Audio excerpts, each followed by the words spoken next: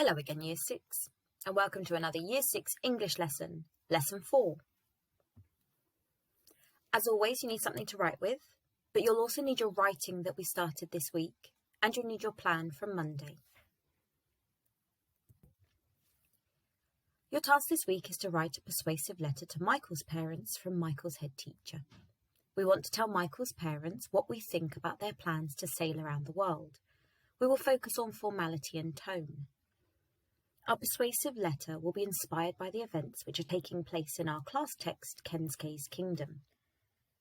Each day we've been building up our ideas, ready to do our extended writing tomorrow on Friday. Pause the video and I'd like you to write our purpose for writing, our audience, and I'd also like you to write how we feel about them going sailing.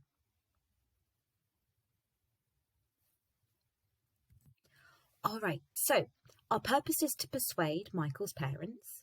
Michael's parents are our audience for reading this letter. And as a head teacher, we do not feel it's a good idea for them to be sailing around the world with their child.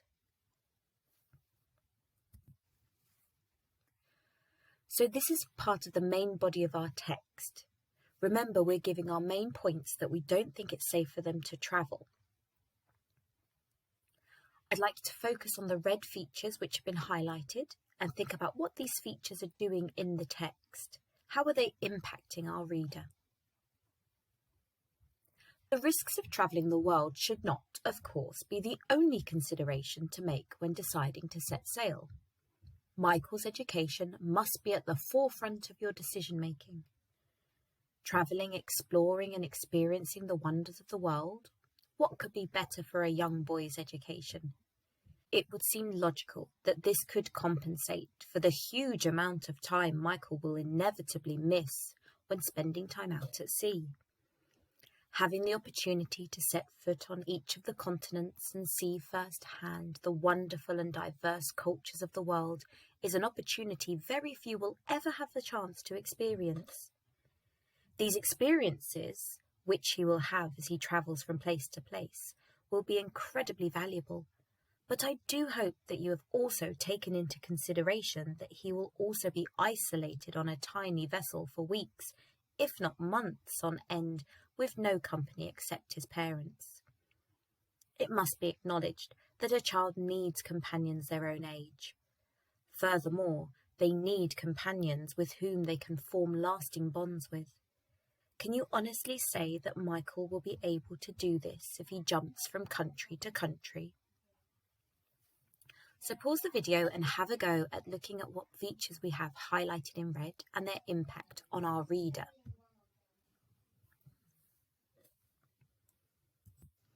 Okay, let's look at a little bit more of the text and see if you still think it's the same feature highlighted in red.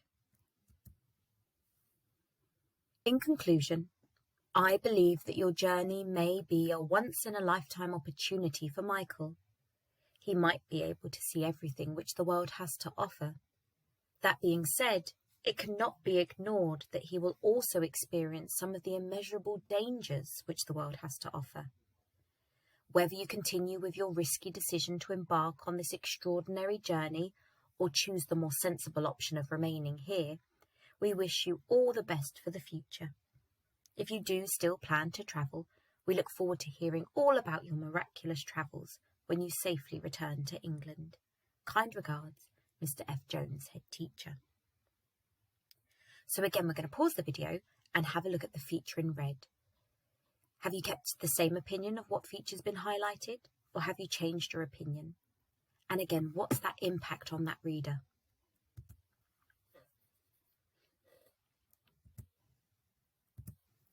Today, we're going to use emotive language in a formal letter when we are persuading.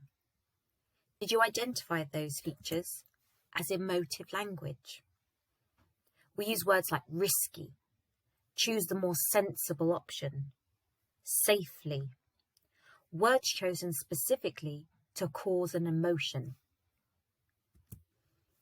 Persuade means that you want to convince your reader that what you're saying is true. Pause your video and think about our audience and what it is we're trying to persuade them to do. We're trying to persuade Michael's parents to think again about travelling around the world in a yacht. Let's have a look at some of those persuasive devices that we saw last lesson.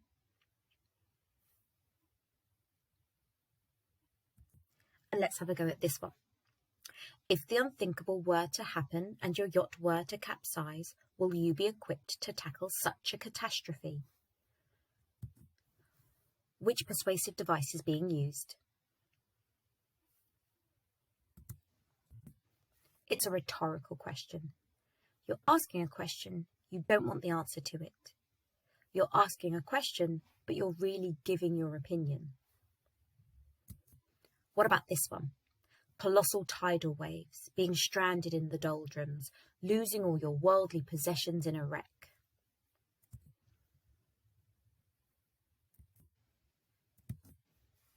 This one is the power of 3. Have a go at this one. I'm sure that you have considered the vast number of dangers.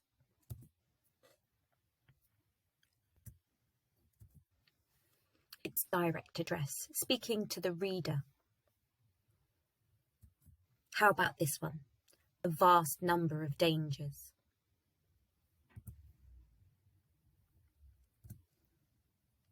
This one is exaggeration, using that word vast.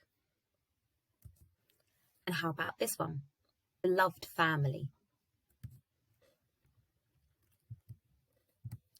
This one is emotive language. Remember, today we're going to use emotive language in formal persuasive letters. Whether you continue your risky decision, choose the more sensible option when you safely return to England. Emotive language often aims to persuade the reader to share the writer's point of view by using language to create an emotional reaction. Emotion is a feeling. So let's have a look at some of the emotions we would like to cause Michael's parents to feel as they read through our letter. Pause the video and make a list of some of the emotions we'd like them to feel.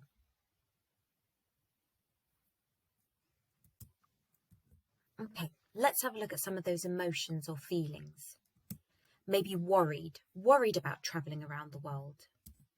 Maybe cautious, maybe we want them to think carefully, think slowly, be cautious.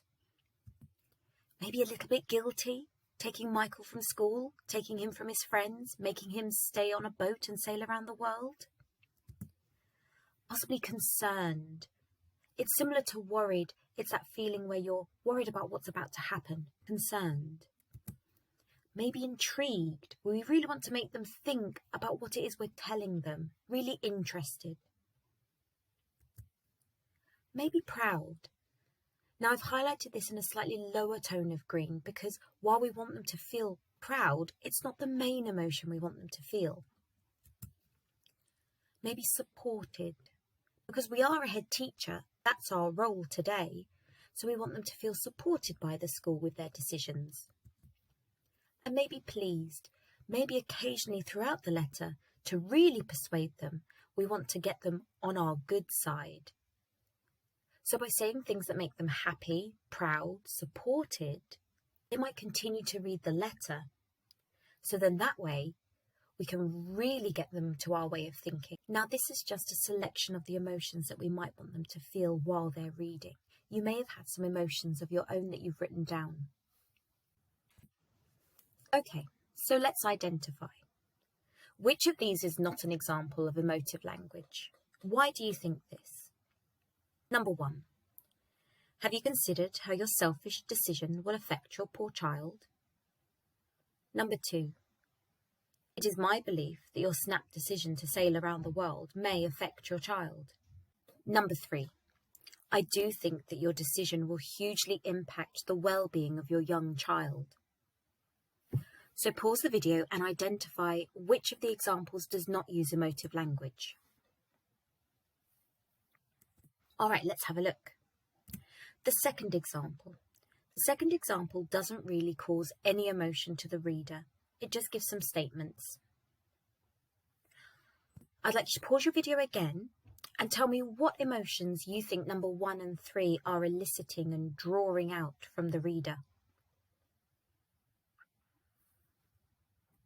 Okay, let's have a look. Have you considered how your selfish decision will affect your poor child?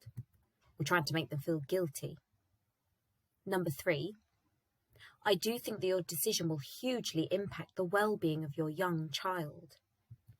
We're trying to make them feel cautious or worried as well.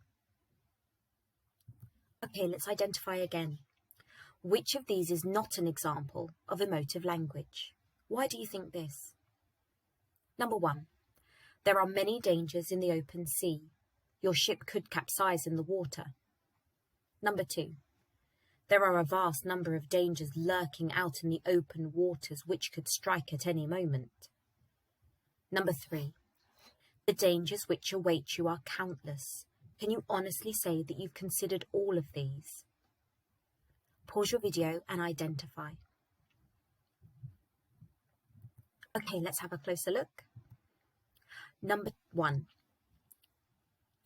Number 1 doesn't really use any examples of emotive language. There really is no emotion that the reader needs to feel. So let's identify what emotions are trying to be elicited from 2 and 3. Let's have a closer look. For number 2, we want them to feel worried. We talk about the vast number of dangers. We personify the dangers by saying that they're lurking out there. We personify them by saying that they're ready to strike at any moment. We really want them to feel worried. Number 3, we want them to feel cautious.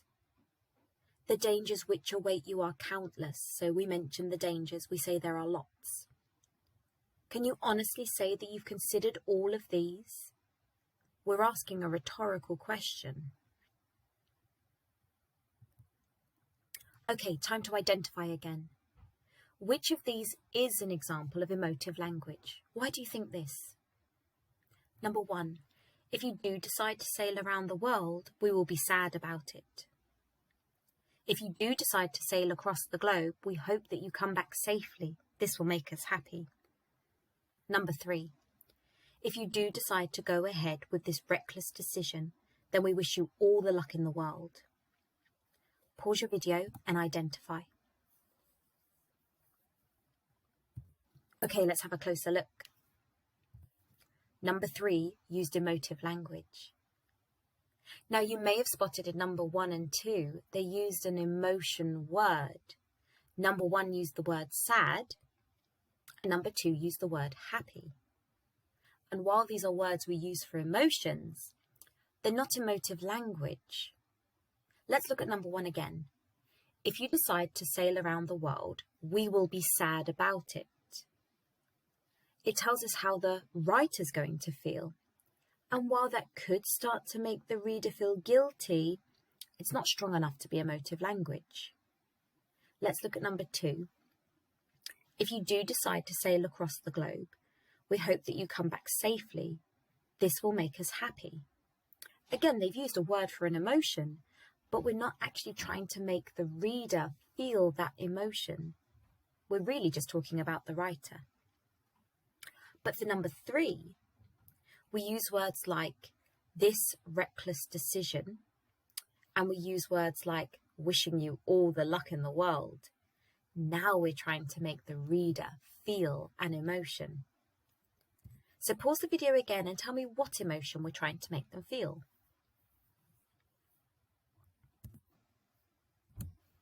We want them to feel that concern or that worry by using the word reckless and by telling them that we're wishing them luck.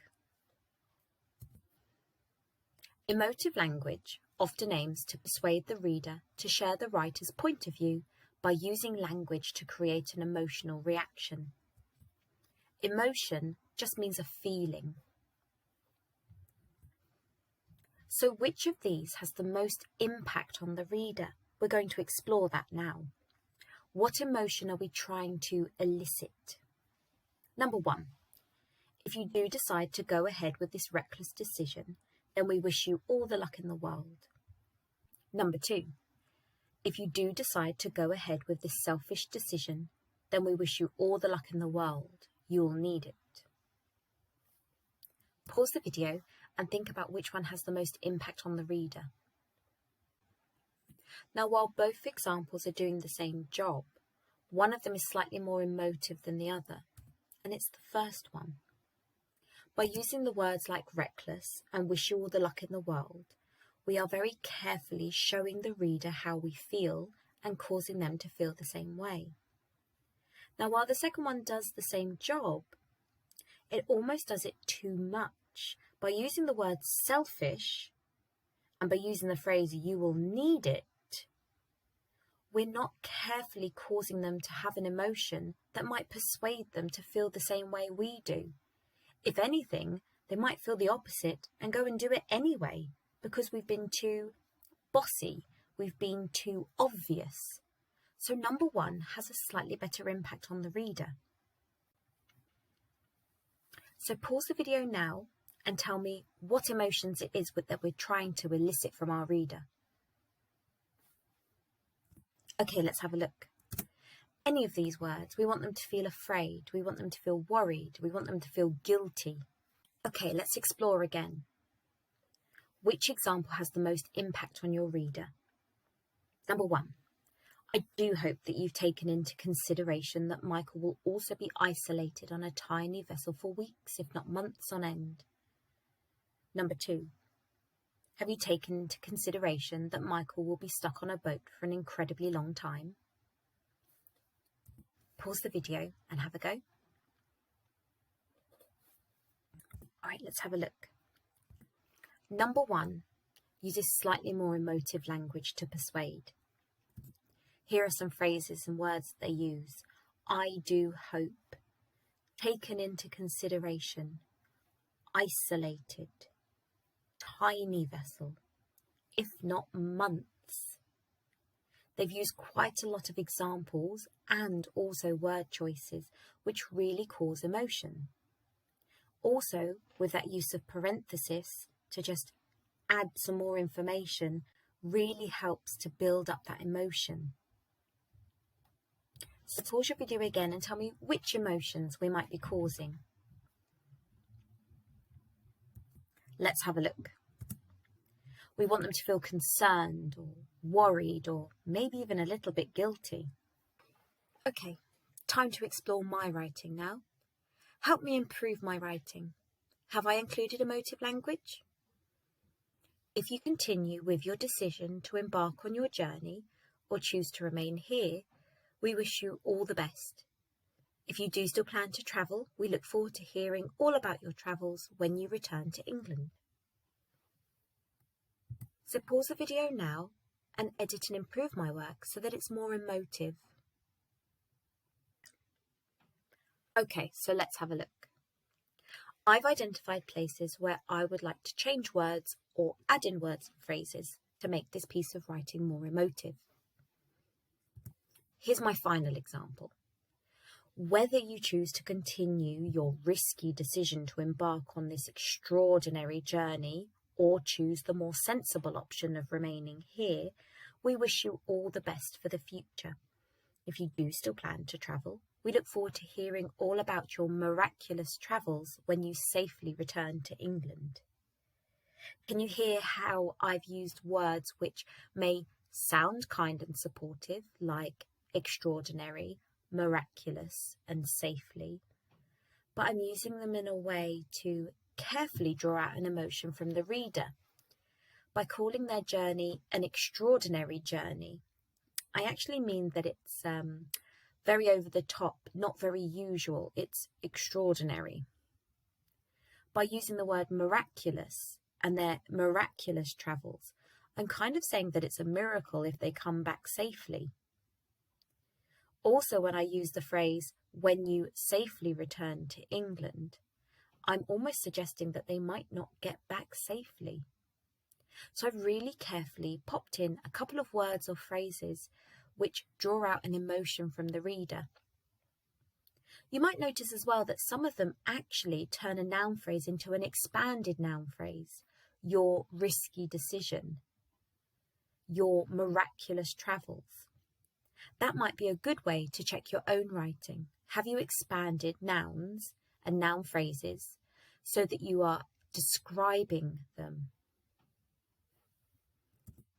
All right, so now it's your turn. Your task is to continue to persuade Michael's parents by using emotive language in your letter. We want our word choices to get the reader to feel a certain emotion. So remember, you've got your plan from the week. You should be roughly onto your final points, getting ready to sum up your letter. But we will look closely tomorrow at how to finish off a letter. If you'd like a challenge, I want you to think of that range of emotions that we could elicit from Michael's parents, from being worried or upset or cautious, but all the way up to feeling proud about what it is they're doing or excited about their journey.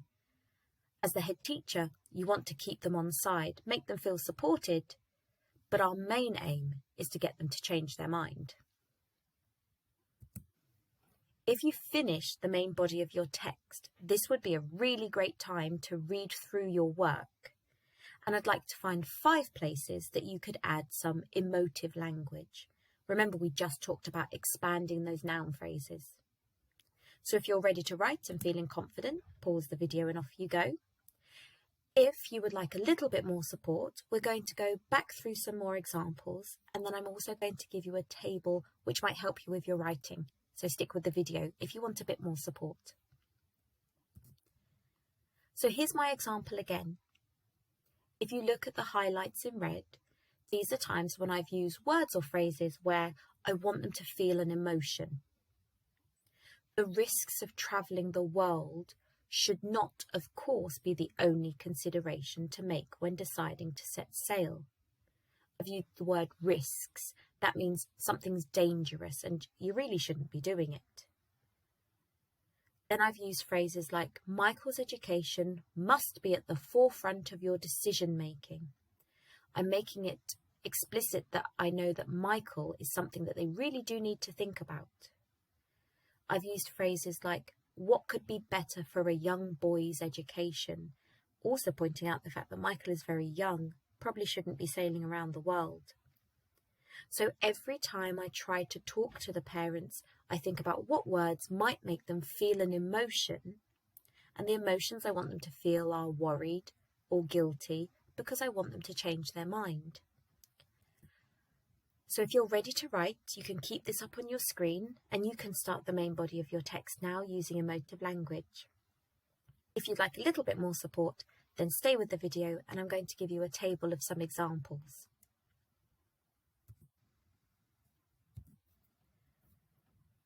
So here's an example again of when I think about what it is I want to write, but when I write it down, I pop in some emotive language. And you'll notice again that this is quite heavily expanded noun phrases, determiner, adjective, noun. So I might think in my head, well, I want to say your journey. Now I write your poorly planned journey. Or I might write your risky journey, which you are so fixated on, and popped in a little relative clause. By using words like poorly planned and risky, I'm actually causing them to feel an emotion. Now, every time I want to mention Michael, I might actually write instead, your poor son, your beloved child who does not know the risks involved, or I might say your young child. So every time I mention Michael, I'm using some emotive language to get them to feel a certain emotion, and the main emotion there is just guilty.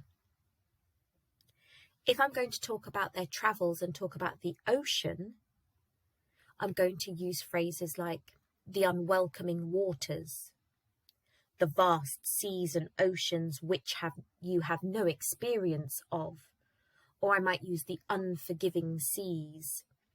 So every time I mention the water they're going to sail on, I basically want to make it sound dangerous. It's unwelcoming. You have no experience. It's unforgiving. Also, if I want to talk about what you know about sailing, I might say that they've got limited skills on a ship. So it sounds like I'm being kind, saying they know what they're doing, but I've called it limited, which means there's not very much of it. I might say your little knowledge of the sea, or your narrow experience of sailing. And then when I mention the dangers, because I'm going to be very explicit and tell them I think it's dangerous, I'm going to use emotive language to really build up how dangerous I think it is. The immeasurable dangers, the terrible dangers which lurk in the ocean, the vast number of dangers which await you. So every time I think in my head about what it is I simply want to say, but when I'm writing it down, I'm going to use some words or phrases to make them feel an emotion. So pause your video now, leave this up on your screen, and have a go at really using that emotive language to persuade. This is the end of your video. Best of luck with your writing year 6. I'm really looking forward to reading our finished pieces tomorrow.